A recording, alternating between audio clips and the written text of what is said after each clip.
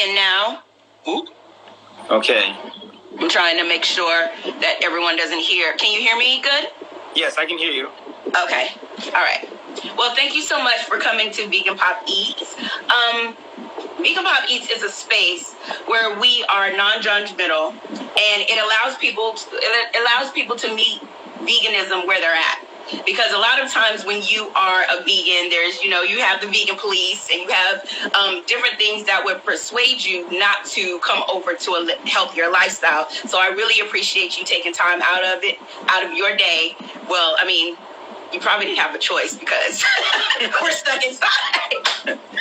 Well, But I saw you on LinkedIn, and I thought that it was amazing that you opened up VeganFineFoods, and for it to be an all-vegan grocery store, so you can just have the regular grocery experience. What made you come up with that concept? Well, I came up with the concept because, I confronted a problem as a vegan who was looking for places to find the products that I wanted to buy. So, this goes back a long time. I've been a vegan for a long time. And What's a long time? I became a vegan in 1997. So what are we now? About? Wow. Oh, wow. I'm only 3 years in.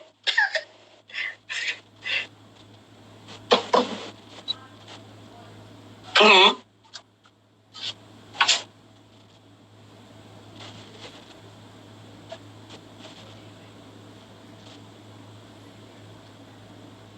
I made the change though a long time ago. Back in the 90s, it was just real tough to find the kinds of products, for vegans. And so I'd say, probably within a few years after becoming vegan, I just said, man, it'd be nice to go into a grocery store where I could just find, where I wouldn't have to worry about reading labels. I can put that behind me. I just knew I would know everything in here was vegan, and I wouldn't have to go past the meat section or the fish section or anything. I could be in a really safe space for vegans. And I just never found that type of business. So that's when I got the idea that this is definitely needed. And it was pretty clear back then. We're not, maybe not as much back in the 90s, but once we got into the 2000s and so on, I saw the trends. People were definitely moving more towards a plant-based diet, and a lot of the science was coming out that was the way for better health to go in that direction. So, I just sort of felt this type of business would work. It would work. Like the market and the trends were moving towards something like this working. I'm just excited that it's Black owned. Well, thank you. I appreciate it. I'm super excited about it because we are one of the fastest growing demographics in veganism. Oh, no question. No question about it. So for us to be able to have a grocery store and it's Black owned, that's just, you need to bring it to New York. Well, we are. It's funny because, that's where I'm from. And oh, wow. Yeah, when I became a vegan, I was living in Manhattan, Upper Manhattan. And yeah, I would have to go downtown. Like I go down to the Upper West Side or sometimes to the Village to look for, there are a few health food stores in the city, but nothing that was just totally vegan at that time. That's amazing. Yeah. So I want to stray a little bit off, but I'm going to come back. In lieu of everything that's going on right now, as far as the tragedy of the police brutality, all of our community is taking a hit, but it's also shining the light on patroning more Black businesses. What are your thoughts about that? And is it a long time coming, or are you just grateful that that's what we're doing right now?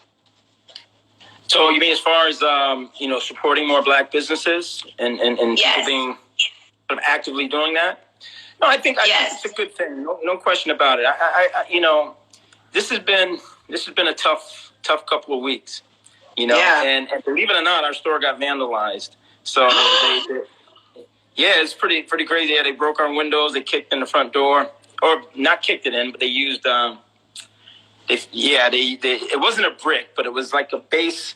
We have outdoor seating, and we have umbrellas, and the umbrellas sort of fit into a base. So they grabbed that and they smashed the front door. I have it on video.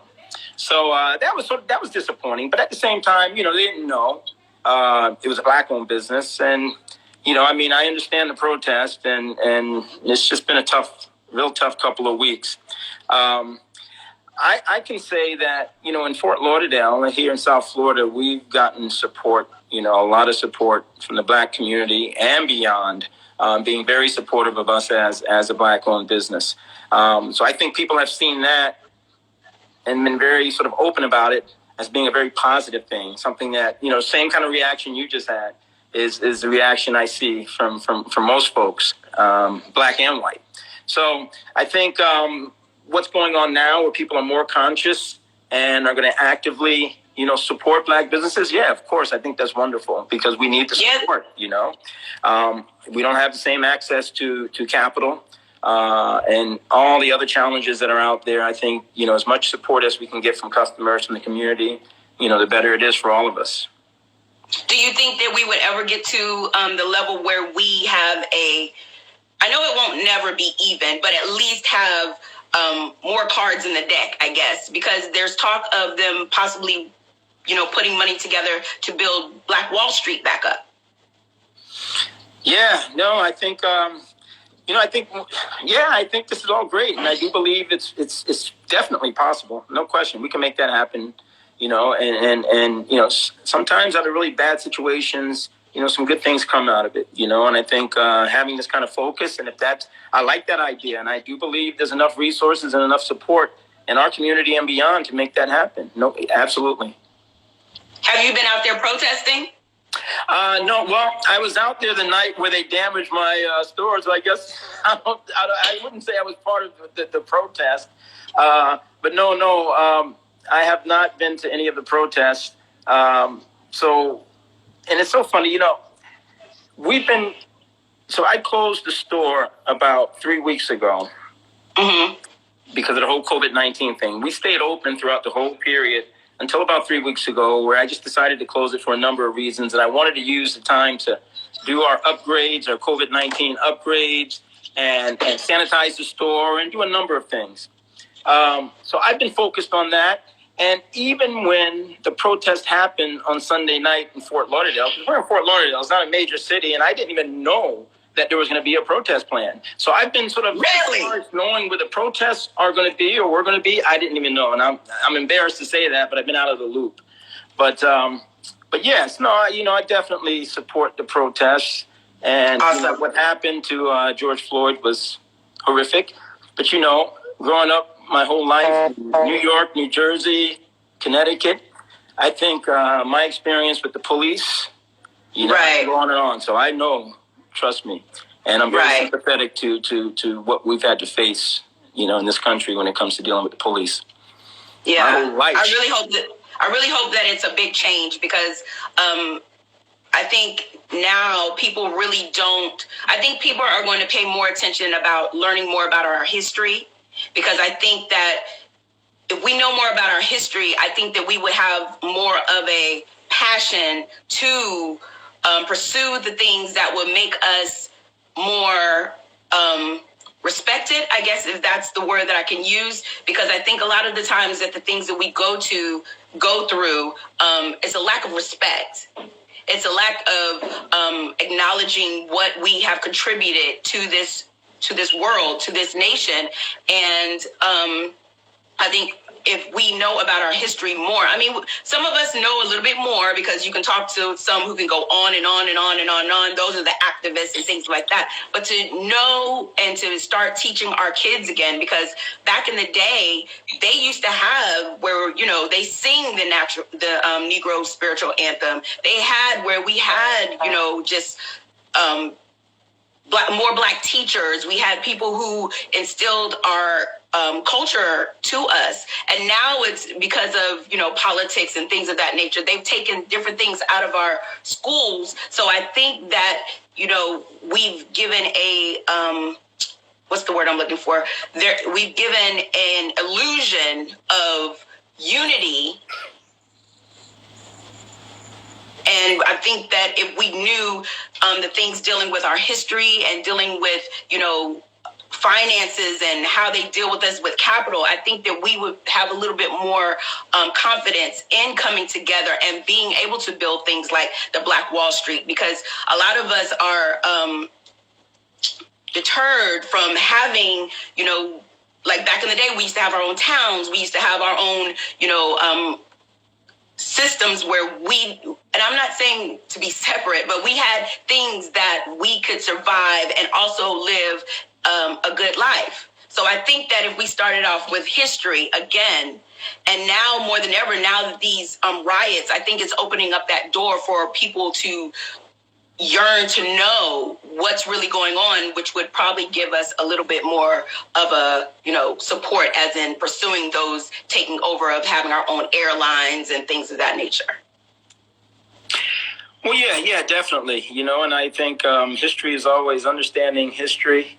You know, I think for all of us, it just makes us, you know, I mean, it's just education in general, but especially history. I think it just makes us all better, you know, and all smarter.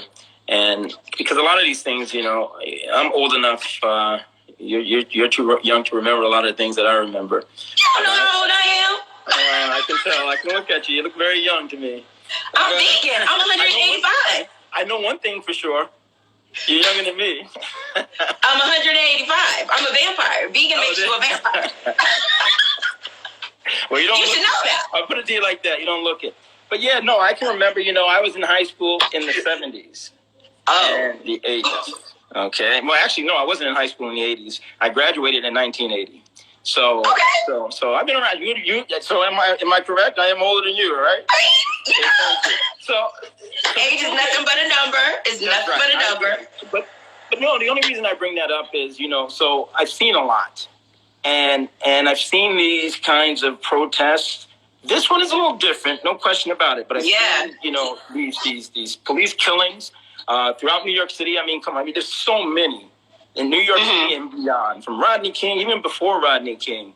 And, you know, I remember 1992 very well, and the riots and protests that happened. And, you know, a couple months later, everybody just goes right back to the same old thing. And I don't think we were going to go back to the same old thing this time. Well, I hope you're right. I just feel it in my spirit that this is a whole nother level. Like all 50 states protested. It wasn't like, you know, just some of us out here in Brooklyn. I mean, all of our boroughs have been protesting for the last 7 days.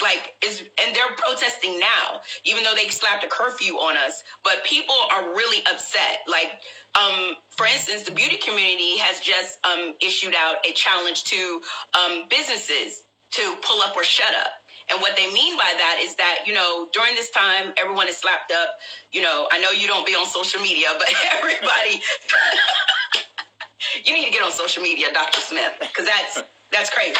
But everyone has posted things like, oh, you know, we're so sorry, George Floyd, Breonna Taylor, Ahmaud Arbery. But now the community is saying that, oh, well, since you're sorry, we need to see the receipts. We need to see how diverse your culture is, your companies are, and how many blacks that you have in decision-making positions, and how many have you hired within, you know, the last couple of years. And if you don't have a decent amount on your staff, they are saying that they're going to pull their dollars. What do you think about that? And how? And is your culture pretty diverse? Is it? You mean am I in VeganFineFoods? Yes. Oh, absolutely. Yeah, we have a very diverse, very progressive team.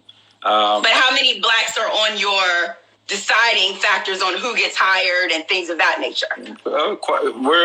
It's a black-owned business, and again, we don't hire people on the basis of race. Oh, of course not. But of course, you know, we are well represented at VeganFineFoods. Okay, good. Throughout every level of our business, you know, there's a good representation of African Americans and blacks in general from different, not just from America. You know, we have blacks from other places that also are part of VeganFineFoods. But yeah, we're very diverse. Yeah, we're very diverse. Absolutely. And that will always be the case, you know.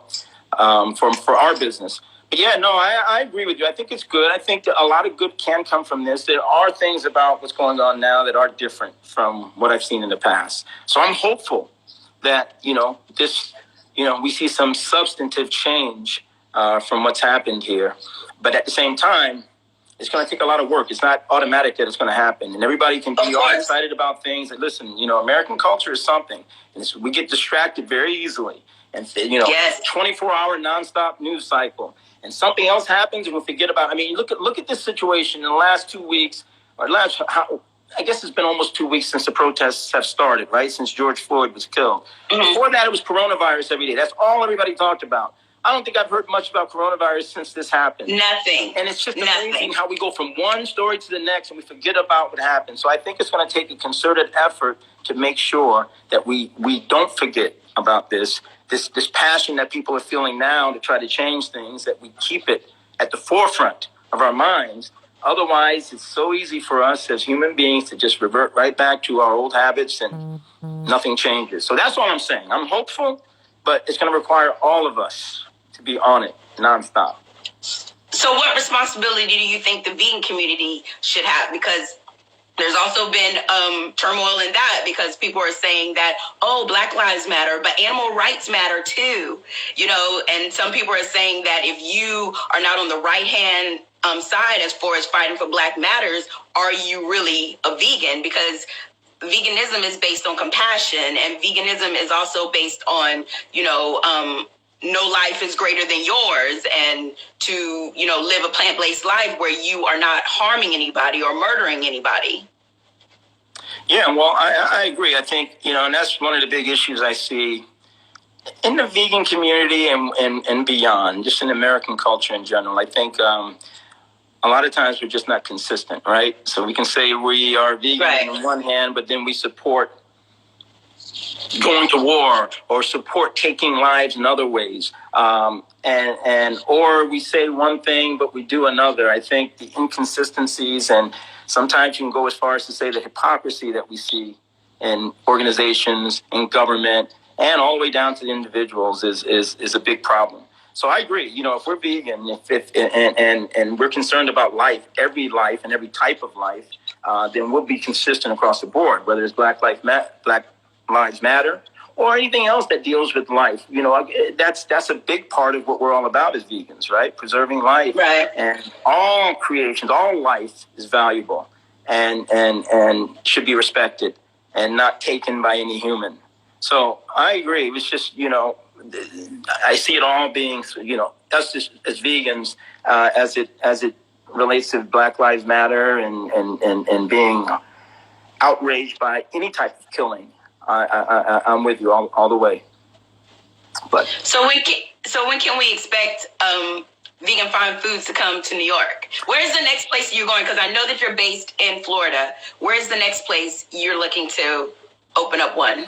Okay, so I don't know if you know that we are officially, we just became a franchisor, right? So we're congratulations. Yeah, thank you. Congratulations. So that happened at the end of 2019, and then we just started getting into our franchise sales process at the beginning of 2020, and then, of course, this happened.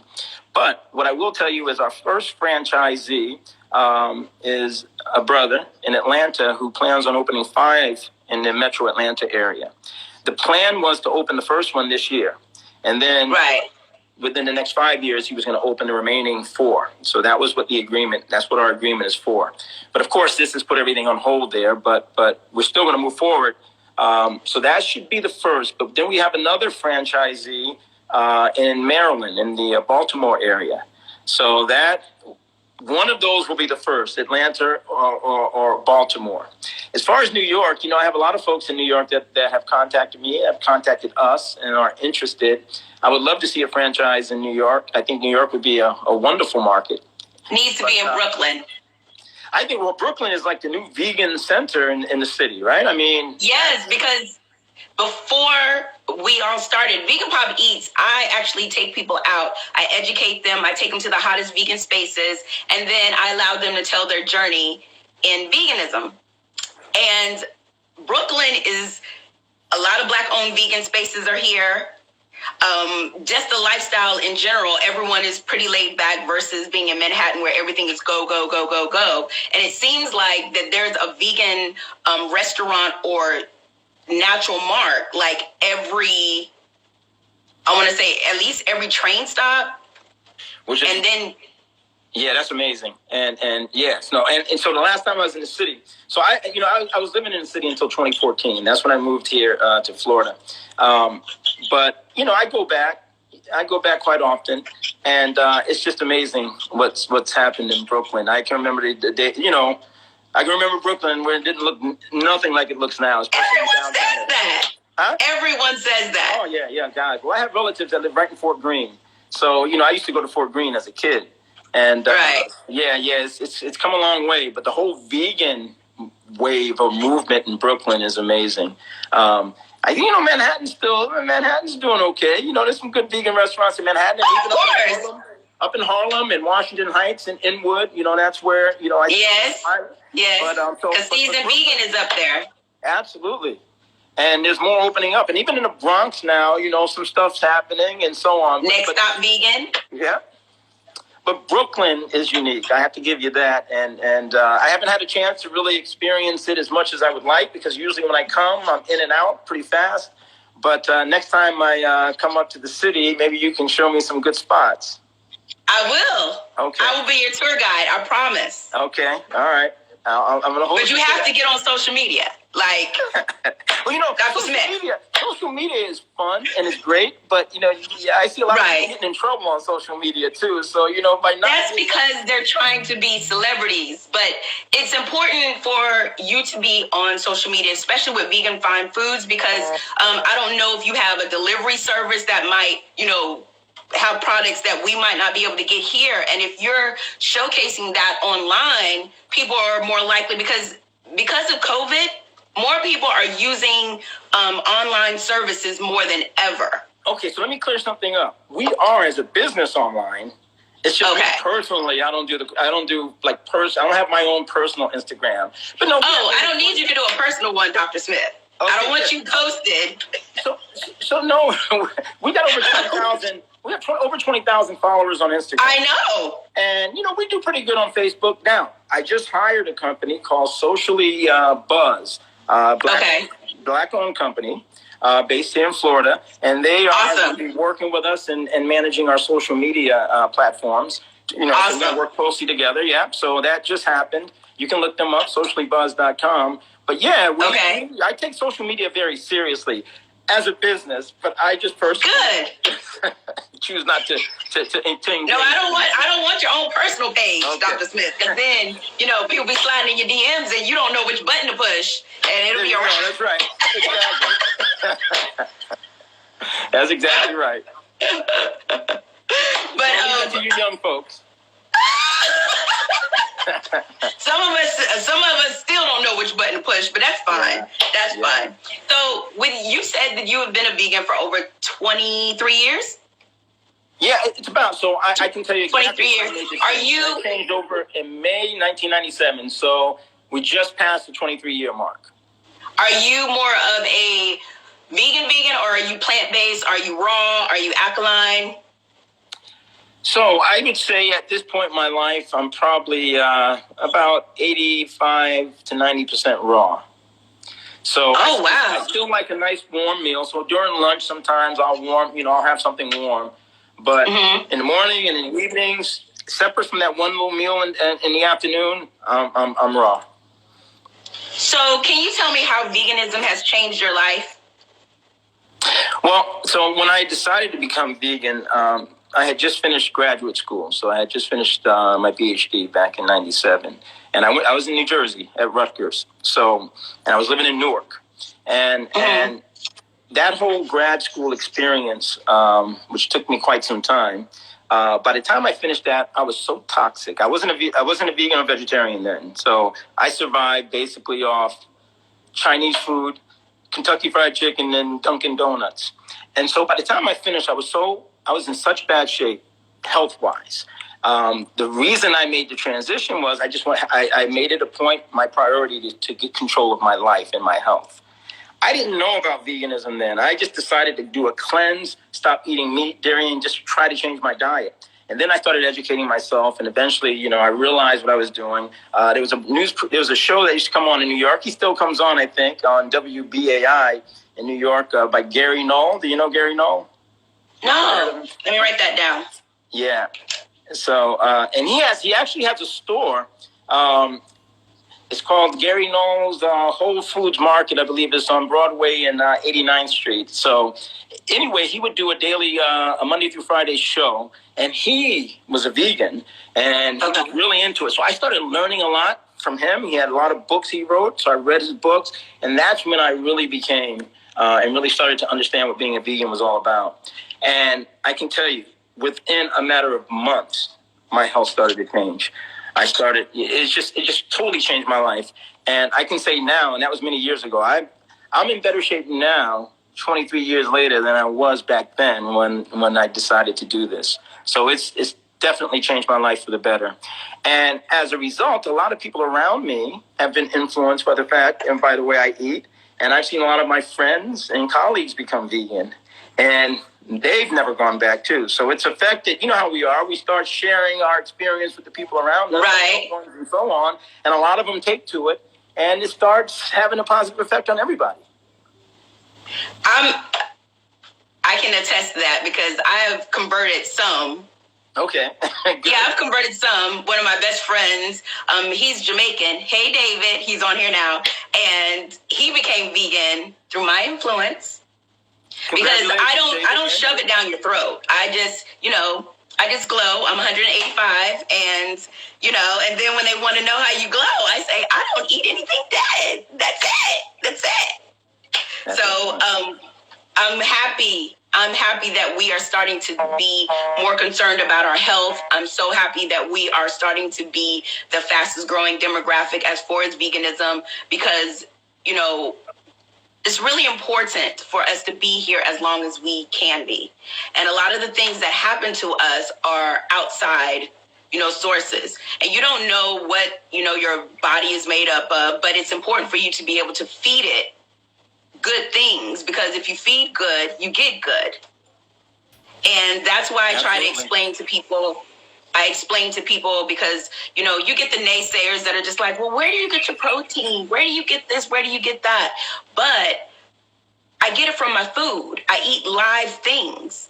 I try to make a conscious effort to put things in my body that's going to allow my cells to rejuvenate. I put things in my body that's going to give me the energy in order for me to be able to do certain things.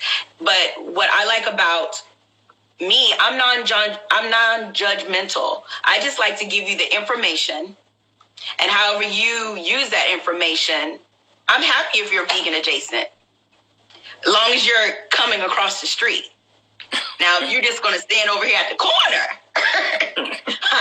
I'm like, I need you over here. I need you over here because I need you to be here. So do you judge people who aren't vegans? No, absolutely not. You're right. I mean, I know a lot of judgmental vegans, and they try to impose their views on others. And, that never works with anything. People are going to make their own decisions when they're ready to make them.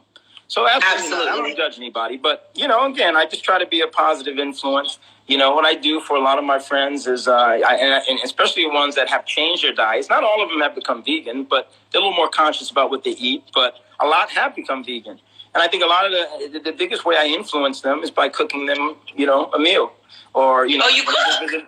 When I go visit my cousins, so I have some, my closest relatives that I'm very close to live in South Carolina now. They're retired and they live in South Carolina. And, that's where what part?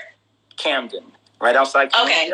That's where my I have a lot of relatives out there. Okay, so see, we may be connected that way. We may be related because that's where my mother's from. So my mother's side of the family, they're from South Carolina. So when I go there, and a lot of them have lived up in the New York, New Jersey area, but they retired back to South Carolina. So when I go visit them, everybody is very happy when I get there because I always cook a meal for everybody, a big vegan meal. And I do everything, lots of veggies. I do the quinoa, and a lot of them, they still crave that sort of meat thing. So I do a lot of the meat alternatives. I do tofu, and I bake it, and I do different things. But, every time I go there, I do something different, and I even do some vegan desserts. And the main thing I try to show them is that they can have a hearty, satisfied meal without having any animal products associated with it. And it's had an effect on them. And now they look forward to it. Unfortunately now when I get there, they expect me to cook for everybody, but I enjoy doing it. And I've done it for my friends too. So I think, that's how I've influenced the people around me. Well, I enjoyed talking to you today, Dr. Smith. Do you have time for questions if someone wants to ask you a question? Yes. I blocked out the whole evening for this podcast. So whatever you need, you got. Thank you, Dr. Smith. Do you like people to call you Dr. Smith, or you? You can call me Steve. Oh. Yeah. All right, Steve. Okay. Does anybody have a question for Steve? What are we doing? Okay. So how hard was it for you to come up with the concept of Vegan Fine Foods? Like, were you just sitting around? I understand that you couldn't find other grocery stores and things of that nature, and Whole Foods just wasn't cutting it. How long did it take for you to come to do the concept, through the conception and the execution of it all? Well, see, that's probably one of the most important skills that I brought to the table, because I'm a professor. I don't know if you know that, and I teach in the College of Business. So I teach business classes, and I deal with entrepreneurship, and I teach here, and I currently teach at Florida Atlantic University here in Boca Raton, Florida. So, and that's about 30 minutes from Fort Lauderdale, where the store is. So putting together a business plan and understanding strategy and things like that, that's sort of what I do for a living. And, and prior to that, I mentioned to you that I was in grad school. Prior to being in grad school, I worked in, corporate for a number of years. And I used to work for PepsiCo, which is a big time company in the food business. So I knew about the food industry, the food business. I went back and got an MBA and a PhD, so I know how to put plans together. So that part wasn't hard, to do the analysis and to put together the business plan. And I think, now it's a whole other thing, having a plan and then executing that plan. That's it's not as easy as it is putting a plan together to actually make it work. But I was able to do that, and it wasn't that hard, and it didn't take me that long. But it did take me a long time to put the capital to get all the capital I needed to launch it. So from the time I actually finished the business plan to the time I was actually ready to launch the business, there were a number of years in between. Okay. Because I'm interested in entrepreneurship. Like, I just started my own T-shirt line. It launches on June 14th, and this is the shirt that I'm wearing now. Oh, very nice. And what is it? And it's Eat Me. What does it say? It says, "Eat me, I'm good for you." Oh, got it. I like it. I like it. And it's a peach and it's a grapefruit. Okay. So you'll be launching that? I like on it. June 14th. Selling them online? Yes. Okay. I'll be selling it online. I'll send you one. Okay. I don't know if you can wear this one, because I also have an X-rated, like, it just has the peach and the eggplant. Because veganism is sexy, and, it's a play on words, but we're all legal, so that's just what it is. And a lot of people really enjoy the T-shirts. I have 3 different sayings on it. I have one that says, "I can make you eat your veggies." And then I have my logo with Vegan Pop Eats, which is right here. Very nice. Very nice. I see. So, yeah. But I also have other vegan plans to launch after, this gets to riding out and things of that nature. So I'm very interested in vegan entrepreneurship. And I would love to know about how to your franchise and how people can get to be part of that. Do you have that information? Is there a website that they can go to find out information about that? Yeah, so if people go to VeganFineFoods.com, I see somebody is writing a question. They wanted to know if Vegan Fine Foods is okay. We're okay. Brand. Huh? Rivera LeGrand wants to know if we're okay. Yeah. Yeah, we're okay. We're not open yet. We got to fix our windows and stuff, so they should be replaced next week, and then we should be done with our remodeling. But yeah, we'll be open in another 2 weeks, so we're fine. Awesome. Yeah. Awesome. But yeah, so what I was going to say, yeah, if you go to VeganFineFoods.com, and there's a tab there for franchising, for information on our franchising. So people can go there, and if they want more information, they can submit their contact info through our website, and then we'll get back to them.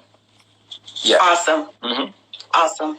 Well, thank you so much. I really appreciate it. I'll be sending you an email with this recording for you, and I'll probably do some snippets and put it on the Vegan Pop Eats 2 page as well, because it stays on for, I think, 24 hours. So people who weren't able to join right now, they're able to go back and watch it, and the views also count as well.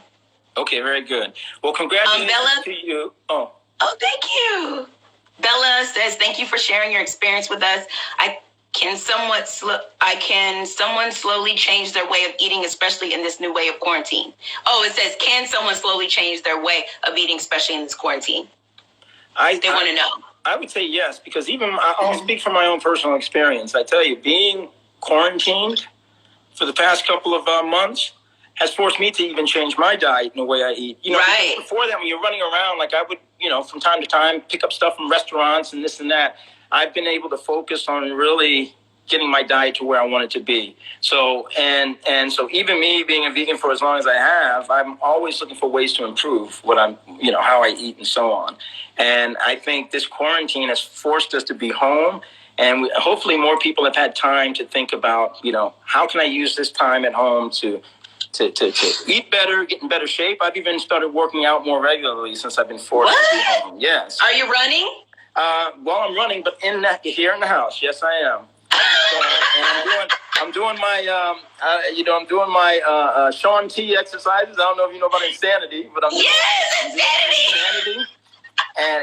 And I'm telling you, I've been much better shape before the quarantine than now than I was before the quarantine started. So yes. So the answer. So you're just in there doing it with Sean, just that's out right. there. Me and Sean. That's right. Get in where you fit in, because of the quarantine. I say that when we come out, we're going to have a different mindset. No longer are we going to want to just sit up in corporate offices anymore. A lot of entrepreneurs are being born because you have all this time to think about, how am I going to be better? At least for me.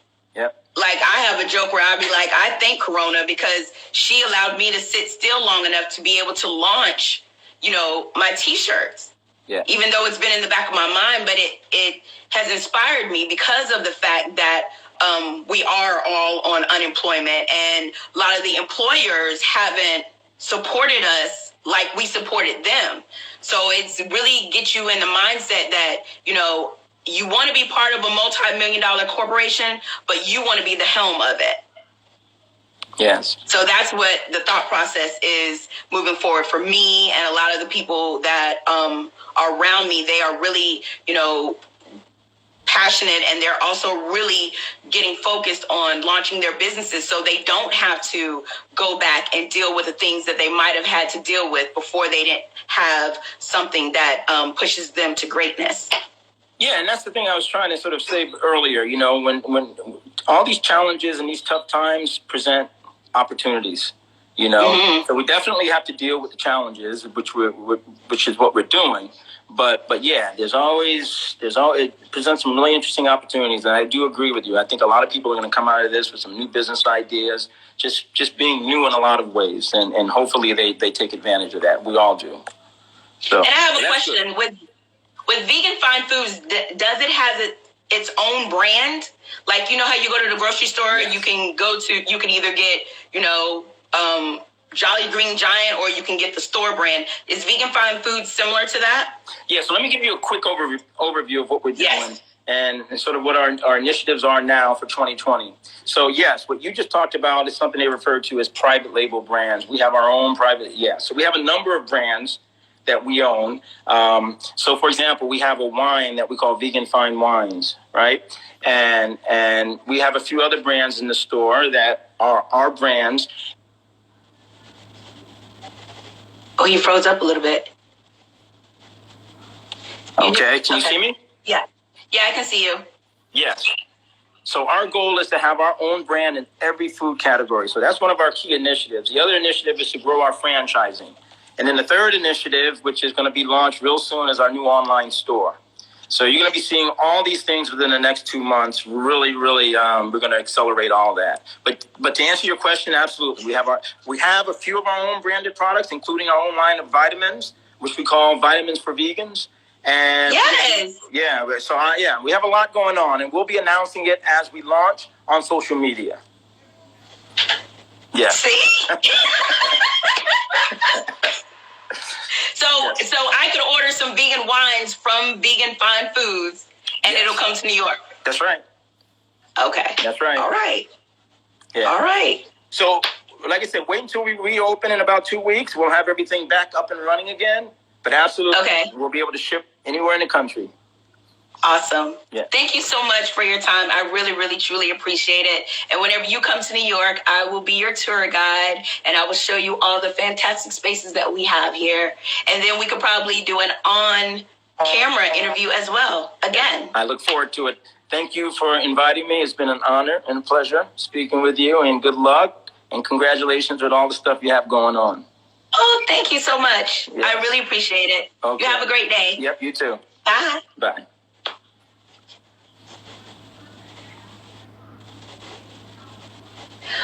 All right. Well, thank you guys for showing up. I really appreciate it. You're welcome. You're welcome. You're welcome.